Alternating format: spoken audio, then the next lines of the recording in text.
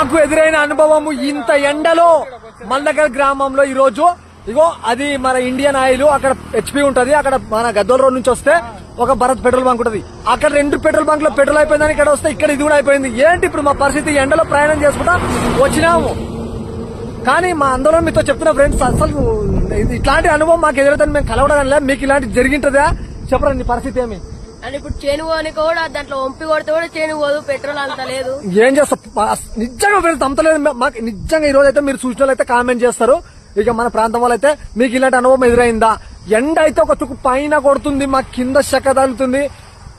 చెప్పుకున్నది ఇప్పుడు ఈ సందర్భంలో పెట్రోల్ అయిపోయింది. మళ్ళీ ఇప్పుడు ఎక్కడ పోవాలా? మాకు ఈ నుంచి కనీసం అంటే మళ్ళీ ఒక 5 కిలోమీటర్ గ్రామంలో ఇక్కడ పోతే తాడుకూడ స్టేజ్ కన్నా ఇక్కడ పోతే ఎక్కడన్నా దొరుకుతుంది. పెట్రోల్ అయిపోయిందంటే మాకే నమ్మశక్యంగా లేదు. 3 పెట్రోల్ బంక్ ఒక ఎట్ అయిపోతుంది. అయిపోయింది. వాళ్ళైతే అంతలేదు. నేను ఇది మాకు జరిగిన అనుభవం మీతో చెప్తున్నా ఫ్రెండ్స్.